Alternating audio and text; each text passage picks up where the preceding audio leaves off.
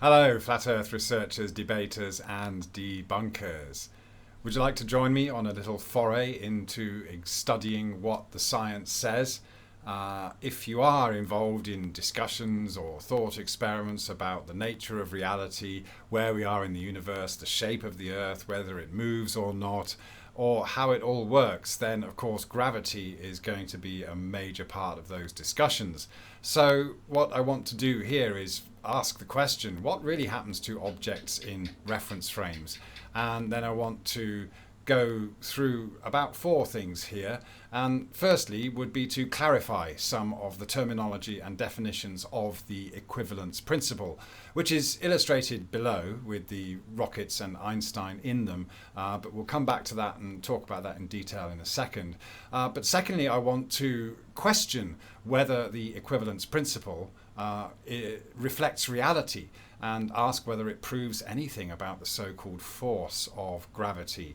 And then we'll have a look at whether a gravitational force in this equivalence principle actually affects objects in a liquid medium. We'll have a look at a fish tank being spun around at quite a rate to see what happens to the fish inside it. And then I want to just show how easy it is to imagineer your own model based on these equivalence principles.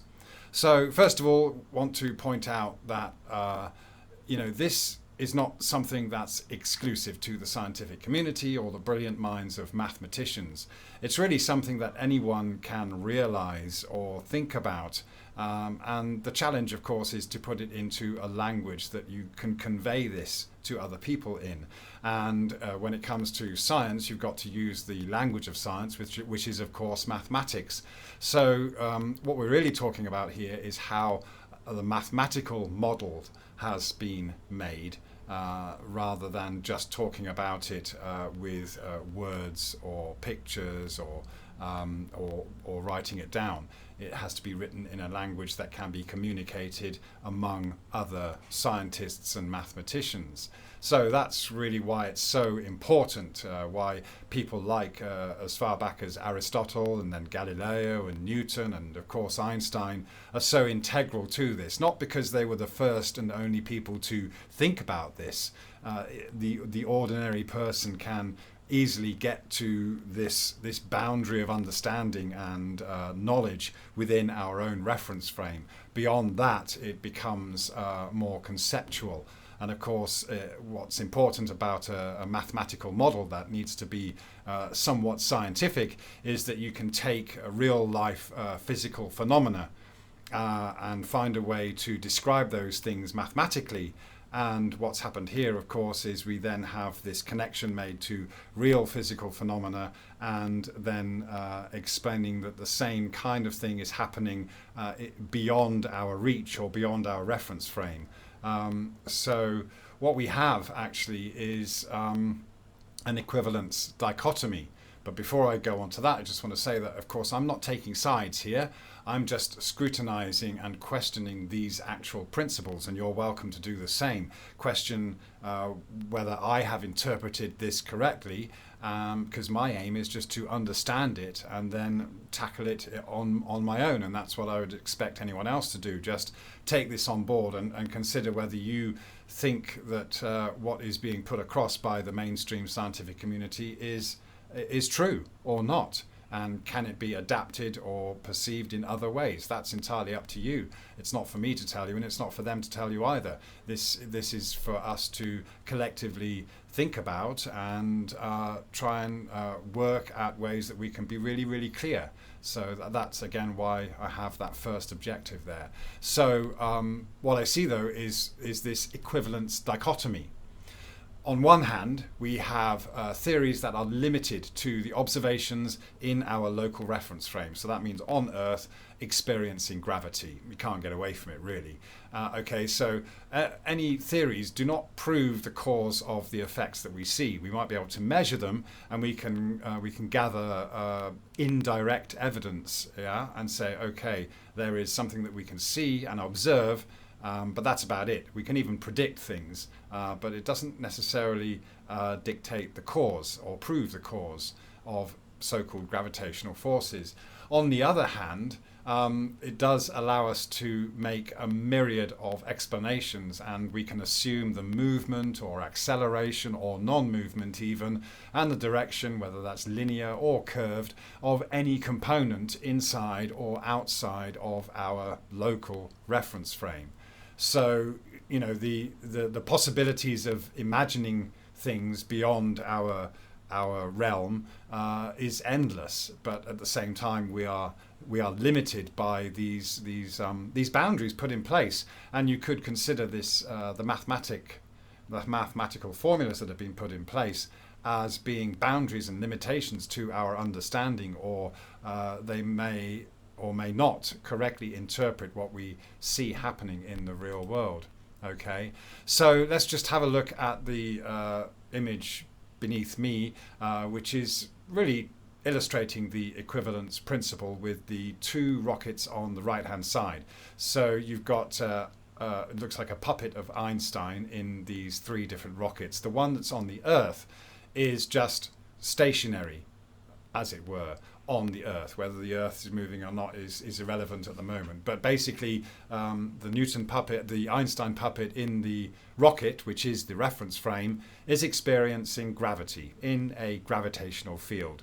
How that is created doesn't matter. The fact is that the balls will drop out of his hands and he's standing on the floor, and the rocket or the reference frame is not moving.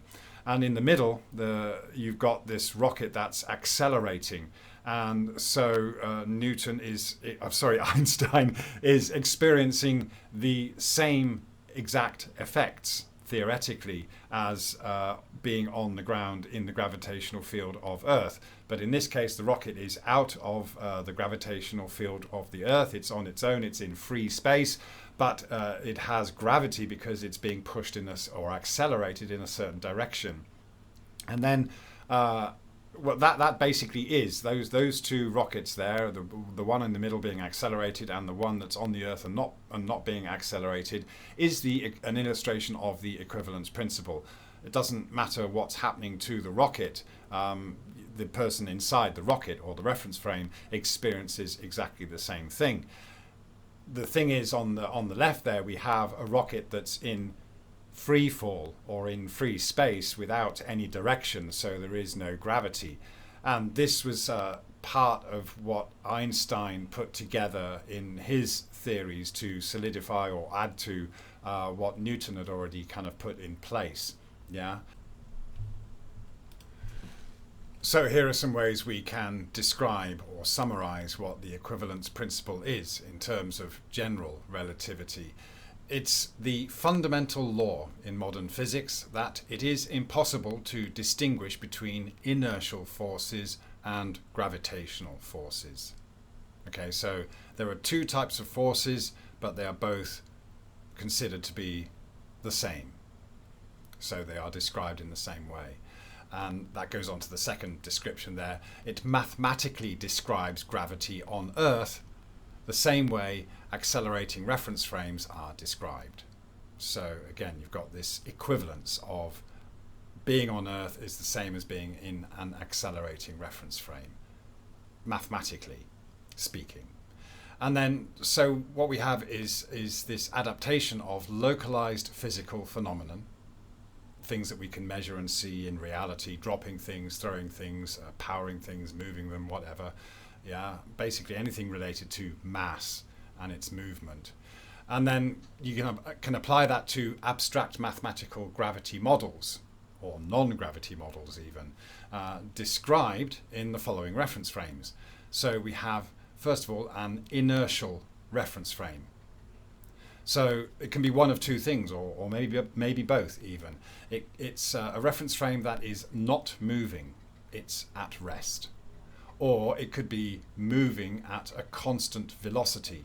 So it's not accelerating, and so it's also at rest. So these two things are described as being exactly the same, whether it's the reference frame is at rest or it's moving at a constant velocity. That's an inertial reference frame. A non-inertial reference frame is a reference frame that's moving, but moving with acceleration. Okay, so An inertial reference frame is moving, but it's at a constant velocity, or it's not moving. The velocity is constant. Whereas a non-inertial reference frame is moving as well, but it's moving with acceleration.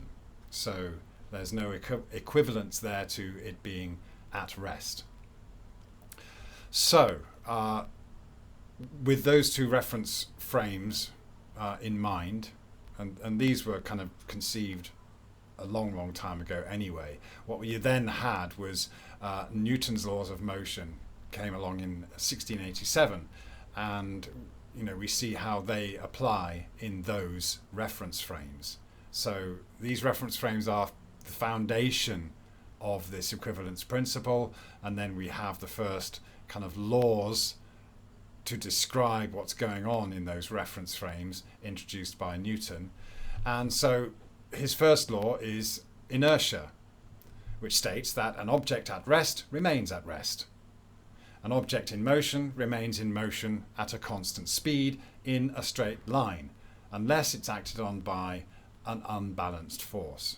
So it's pretty simple, isn't it? Something being propelled along or has been propelled along will just carry on going in a straight line, unless something comes along to push it in another direction or slow it down or whatever. Yeah. The second law is the law of force, and this is where F equals ma comes into play. So it's basically the force needed to accelerate an object, and that amount of force will depend on the object's mass. That's the second law. And the third law is action and reaction. So whenever one object exerts a force on another object, the second object exerts an equal and opposite force on the first. So you could bring these, two pens together where they could be pushed apart by a force. Okay, they're going to, that reminds you of that Newton swing. Yeah, there's this equation to the force being exchanged there, and they push each other in opposite directions, essentially. Mathematically so, of course. Visually we don't actually see that happening, but mathematically it can be explained that way. Yeah. So the equivalence principle the equivalence of a gravitational and inertial mass is basically related to this second law of force. All right. So basically, I've tried to summarize it here. You feel free to correct me if I'm wrong, but by assuming that gravity is a force, the formula F equals ma lets you calculate the force of gravity, pushing or pulling Newton's proverbial apple towards the earth the same way a force is used to push and accelerate a mass in any direction. So again, if you're pushing a car along or something like that, then the way you describe the force being used to push the car along can also be used to talk about the force of gravity that pushes or pulls the apple towards the earth from the tree hanging above Newton. And so gravity, and that's obviously considered a kind of pull or attraction, yeah? But is that so? Is therefore mathematically described as a force in the same way force is used to push a car or a rocket. Basically reiterating what I've just said there. Okay, so that's how that ties into the second law of force. Okay, we're talking about this force being required to accelerate an object, and the amount of force required depends on the object's mass. And so that all ties into this marriage or equivalence of the force of gravity and forces used to push objects along. Yeah. And so Einstein's take on the equivalence of gravitational and inertial mass, Newton's second law, appeared in 1907. And he's basically saying here that gravity is acceleration, as it says in the illustration below with Einstein in the rockets. Okay, so gravity or weight on the Earth is the same as experiencing the force of acceleration in a moving vehicle, e.g. a rocket. Okay, pretty straightforward. That summarizes what Einstein is saying there. So I just put this in as a side point, but it may be important to talk about the definition of acceleration, because that would mean that every change of velocity with time is an acceleration. All right, so this is the kind of scientific community's way of talking about acceleration. It says here, I grabbed this from this place down here, Einstein Online. This definition is slightly different from our everyday usage of the word. Ordinarily, we talk of an object accelerating when it becomes faster and faster. The physics definition covers two more situations. An object that decelerates becomes slower, thus changes its velocity, and in the physics sense undergoes a negative acceleration. Also in physics, velocity is not the same as speed. A constant velocity implies not only constant speed, but also a constant direction of movement. Once the direction changes, so does the velocity. The change in velocity is associated with the change in the direction of movement. Thus, in the physics sense, even a car going round a curve of the road at constant speed undergoes acceleration. Okay, so we all know that if you're traveling along at a constant speed, 60 miles an hour, then you're not going to feel that acceleration. But if you then turning the car while doing 60 miles an hour, then you will of course be thrown outwards, and so you'll experience gravity or weight in that direction. Yeah, so in that case you're experiencing acceleration. Yeah, so I'll put the link in the description for you as well. So we can say that weight is assumed to be acceleration towards the Earth at a rate of 9.81 meters per second squared, and that's referred to as 1g, which is the same acceleration as on a rocket in free space being accelerated at a rate of 1g. So really it's the usual thing here of finding a number that can be plugged into these equations, rounding it off. I mean, you can round off the 9.81 to 10. And so you've got this very easy correlation between kilograms and newtons, and away you go with your model that is based on acceleration and force. Yeah. So we can also say here that being on the surface of the Earth is equivalent to being inside a rocket, far from any sources of gravity that is being accelerated by its engines. And Einstein concluded, though, after all of this, that no experiment can be performed that could distinguish between a uniform gravitational field and an equivalent uniform acceleration. Okay? The gravitational field we're in is the same as being accelerated. So, of course, then it was endeavoured to mathematically describe it in such a way. Yeah? And the funny thing is, though, is when you look at this, again, what we're doing is tying together inertia and gravity. They are being described in the same way. Inertia, this movement, and gravity is being described in the same way, but they are totally different in the way they actually are supposed to work. So, for example, an inertial force pushes objects apart. So remember, we talked about the two things being pushed apart. Now it says the direction or vector of acceleration in a rocket is the opposite direction of the mass ejected by its thrusters. Okay, so yeah, as we said, you got the thrust going that way, and that sends the rocket that way. But even with this analogy, is this really true? In this, sometimes people talk about two ice skaters, two people on ice skates on ice, facing each other and pushing each other apart. And so they're using this physical force to push the mass of their bodies apart.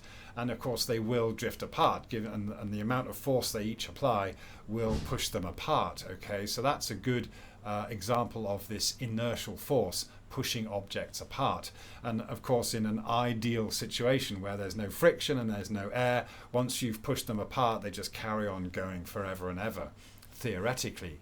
And so when it comes to using a rocket and thrusters as an analogy, I don't see that as the same, because okay, a mass that retains its fixed density being pushed out, like a cannonball, for example, or a bullet coming out of a gun, there's ricochet. So there is probably an equivalent inertial force, this this push in opposite directions, right? Because the bullet or the cannonball is a fixed mass. But when it comes to gas, although that gas was a mass within the rocket and you're expelling that mass, it's going out as a gas or a vapor or something similar. Yeah. So,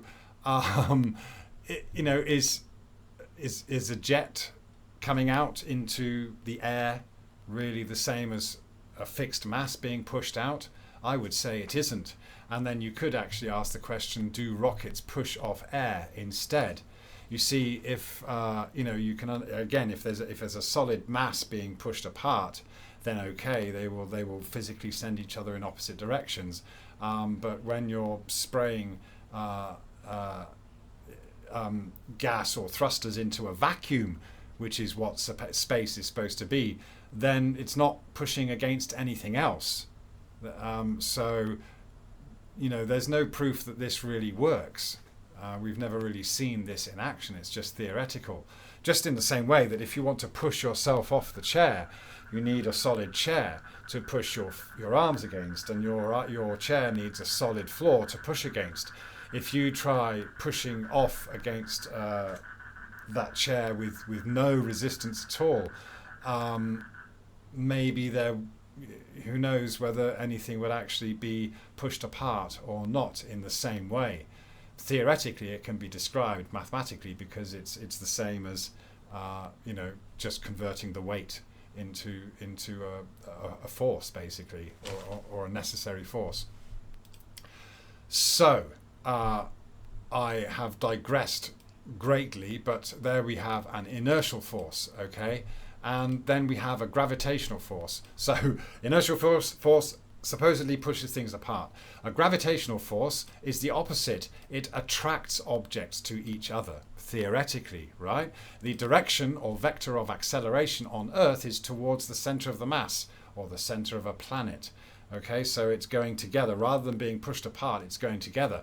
But these are both of these actions or descriptions are although they're vastly different, they are described in the same way mathematically in the equivalence principle in general relativity. Yeah. So big questions arise there as to whether what's been put across truly represents what we see in reality. Now, free fall is something that kind of was a bit of a stumbling block and for Newton's theories, but Einstein apparently managed to resolve this with his conclusions on special relativity. And it's basically to say that in free fall, objects are not accelerating in an inertial frame. So the inertial frame we talked about earlier is moving, but the objects are not accelerating in this inertial frame. Or a frame that's actually stationary. So, excuse me, in classical physics, an inertial frame is a frame of reference that is not undergoing any acceleration. An accelerometer in the inertial frame would detect zero acceleration. Yeah, you can picture it if you're free falling, or just like the Einstein puppet and his balls not dropping in the rocket there on the left. It's in free fall. Okay, all right. So but it's considered to be an inertial reference frame. So it could be moving at a constant speed or a constant velocity, or it could be stationary. Yeah, it's just not accelerating. Okay, so although to us on Earth, objects falling towards the Earth do have a direction and will hit the ground with greater force the farther they fall, as if accelerating but limited by terminal velocity, falling objects are considered to be in an inertial reference frame, either at rest or moving at a constant velocity, speed and direction, but not accelerating. Okay, so does that make sense? Yeah. In terms of this, the equivalence principle for an inertial reference frame, a frame that's not accelerating, is one of two scenarios. The reference frame is moving at an unchanged speed in a straight line, constant velocity. Yeah. Or scenario 2, the reference frame is not moving, zero velocity. It's either moving at a constant speed or it's not moving. That's the inertial frame and how the equivalence principle relates to that. Okay, and so apparently Newton's first law of motion, inertia, holds true for both scenario 1 and scenario 2. When I say true, I mean true in, mathematically true, okay, not true in reality necessarily, but true mathematically. Okay, so Newton's first law of motion, inertia, holds for both scenario 1 and 2, where the reference frame is moving at an unchanging speed or the reference frame is not moving, zero velocity. So, of course, that happens until you hit the ground and experience gravity, and you are said to be in an accelerated frame of reference as soon as you hit that ground. Yeah, so it is worth considering that the higher you drop, you could drop a glass off at a short height and it won't shatter, but you drop it off a higher height and it will probably shatter, because it would, because you would, I suppose there would be more force, there would be greater acceleration. So I think from, although you could argue about constant speed or acceleration when objects fall, there tends to be more damage to an object that's dropped from a greater height, because it's had more time to accelerate and will hit the ground with greater force than if it didn't have time to accelerate so much. Yeah. So right then, special relativity therefore kind of says that there's this aspect of it where there is no acceleration, no weight, no gravity. And so would that mean that there's no force? I'm kind of questioning that. But basically Einstein deduced that free fall is inertial motion, constant velocity. Objects in free fall do not experience being accelerated downward. With no acceleration, they are weightless.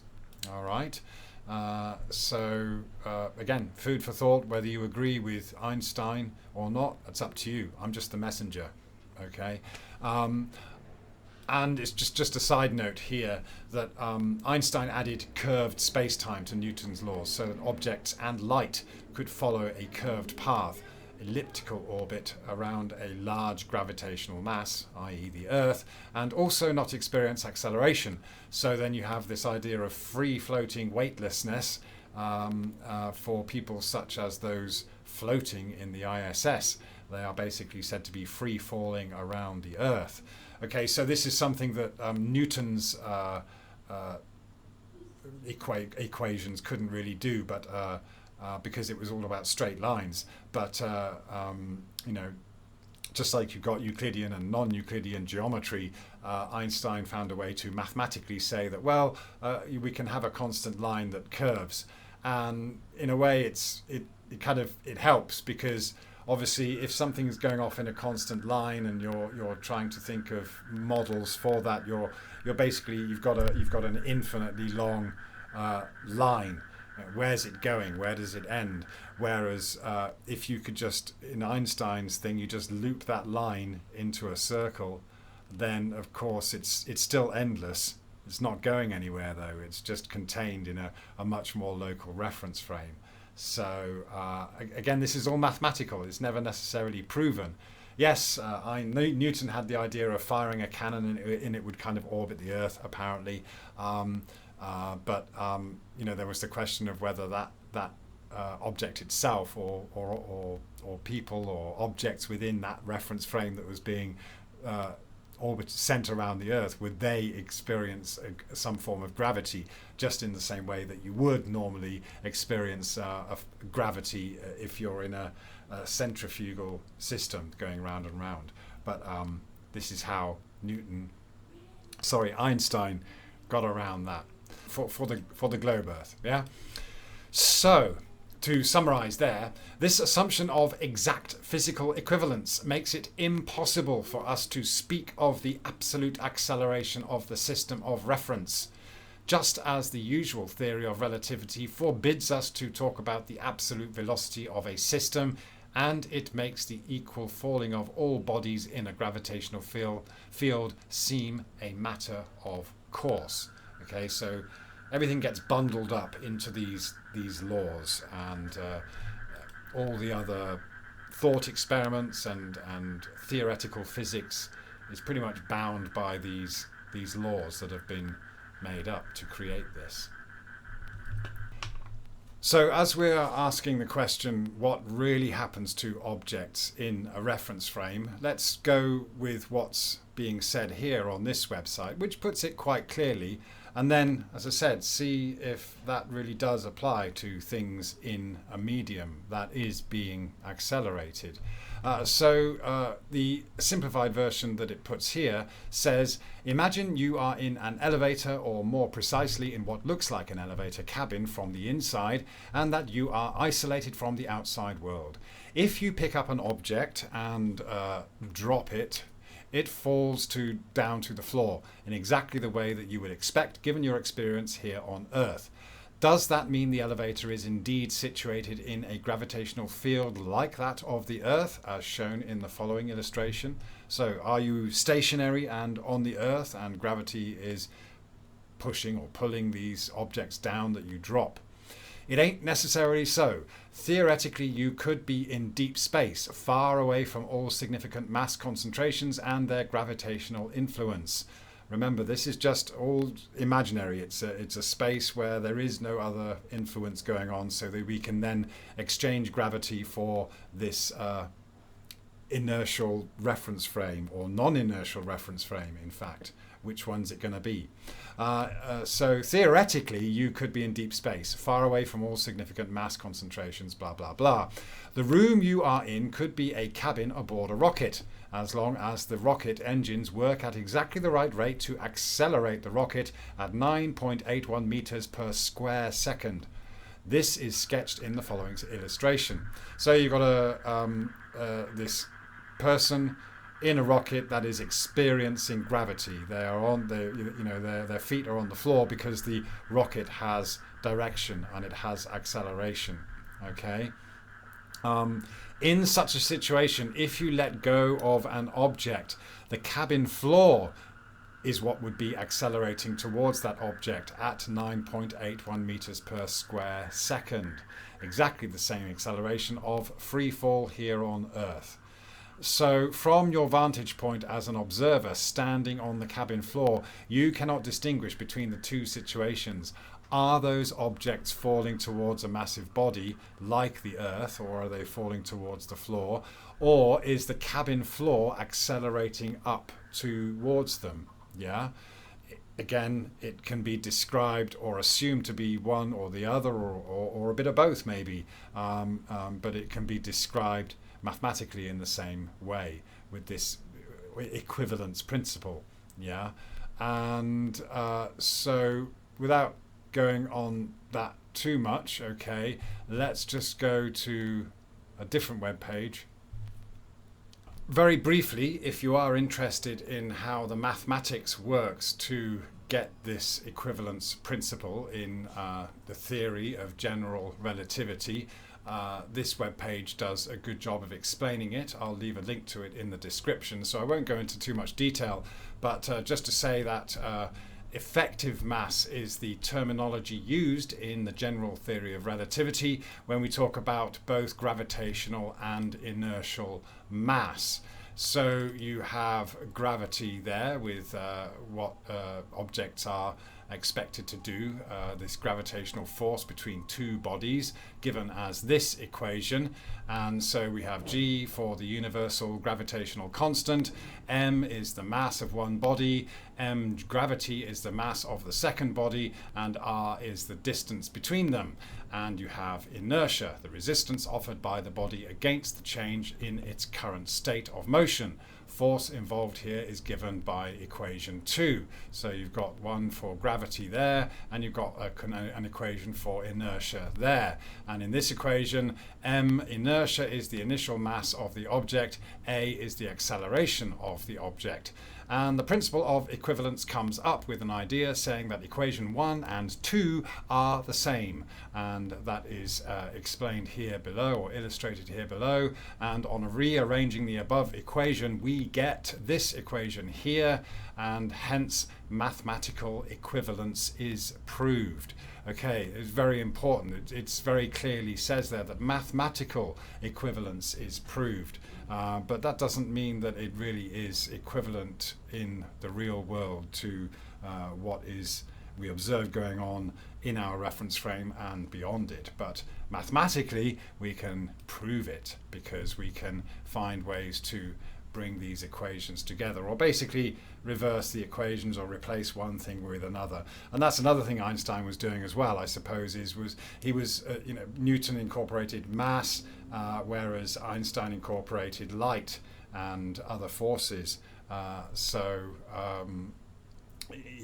Just built on it, replacing, what else can we tie in and add a number to? So of course the speed of light as a constant was important, just as the speed of 1g, 9.8 meters per second squared, is a constant that is required for these formulas. So as long as you've got those constants to plug in, then you can do these kinds of things if you're mathematically minded. Yeah, so that's enough of that anyway. Alrighty, now we go on to our revolving water tank, and just to see what happens to the liquid here in the tank when it's experiencing this rotational acceleration, I suppose you could call it. So as you can see, it's revolving at about 1 rotation per second, and it says there that the hexene mixed with iodine makes a purple layer floating on the surface. So you see this parabolic curve. So of course the force being applied to this is having an effect on the medium. It's sending it towards the edges of the container or the reference frame. Okay, so there's our rotating reference frame. So now we come to a demonstration of Einstein's equivalence principle. We've now got fish in that tank, and a camera has been attached to the tank as it is rotated again. So this pertains to our question that we started with, what really happens to objects in a reference frame. In this case, our reference frame is one that is being accelerated because it is rotating, and as we saw, a force that creates this force acting on the water and actually sending the water out towards that direction of the spin, as it were, the outward direction. So, my question here is, does that affect the fish, the objects within that medium? Are they also forced by this apparent gravity, this directional vector, either way, to go in that direction? So let's just play it and see what happens. So the fish are merrily swimming around there, and it's going to get rotated and sped up. We'll just watch that happen. All right, it's just sped up the camera there. So with this gradual increase in speed, the fish don't seem to be too badly affected by it. And now you can see that it's rotating at that rate of 1 rotation per second. And ask the questions, can you explain how the behavior of the fish is an example of Einstein's equivalence principle? They seem to be not affected at all by the effect or the forces on the water. They're just swimming about there as normal. So they wouldn't know. Their reference frame is accelerating, I suppose, and that is the same to them as not accelerating. It's just the same as they would experience it. And would it be any different if they were in a container that was just being pushed along at a constant speed? Would that create any change in what they were experiencing as well? Food for thought, eh? And so let's now have a look at how we can make a model based on this particular physics and employing the equivalence principle. So, ladies and gentlemen, it is with great pleasure that I introduce you to Parabolic Earth. This is my new model backed by science and the equivalence principle. So it has mathematical models and it can be proven in reality, because what we saw just now with that accelerating reference frame gives us this parabolic curve of water, and we know that the Earth is mostly made of water. So here is this curved parabolic water here, and the semi-concave Earth on top of that there, you see. And above us we have the North Star Polaris, and that doesn't move. Okay, because what's happening is we are moving. There's this big turny thing here, and this whole reference frame is turning and spinning, just like we saw with that fish tank just now. Okay, and so it's creating this kind of gravitational force kind of outwards there, which allows us to stick to the Earth. But there's some other forces involved, but you know that we can do some complicated mathematics and arrive at some solutions there for you, but we don't need to go into that right now. You know, we can just round it off with these equivalence principles that we've gotten hold of and mastered now. So we've got this dome above us, and we've got the waters below, and we've got these waters above us here. They're kind of somehow held on. They could be some kind of fluid gas or something, and the stars are not rotating, we are rotating. Okay, and so what's happening with the sun and the moon though there is really interesting, because the sun doesn't move. Okay, it's stationary, but it's very, very close. And because we are rotating in our reference frame, again, remember that we wouldn't know the difference if we were rotating or not. We just wouldn't know. But based on the fact that we can observe these rotating reference frames, we can then apply this to our model here. So it's backed by real science, you see. And so the sun stays still, and actually the moon orbits the sun in this kind of figure of 8 orbit, you know. And then that's what gives us this crescent moon. And then when the moon is over here, it's above the sun, so we can't see it. It's a new moon. And then as the moon emerges and goes back over here, and then over here it's a full moon, you see. So that's all doing that. It's doing its cycle every 28 days, while we're doing all this turning down here in our parabolic Earth reference frame with a you know, it's just obviously it's so big that you wouldn't see this curve upwards, but that you could say that's why the horizon rises to eye level wherever you are. You know, it's quite fascinating, really, the explanations that you can come up with for something like this. Yeah, so there you go, parabolic Earth. Would you like to join my cult, and we can just trash anyone else that comes up with any ideas to the contrary, because we've got real science on our side. Thank you very much.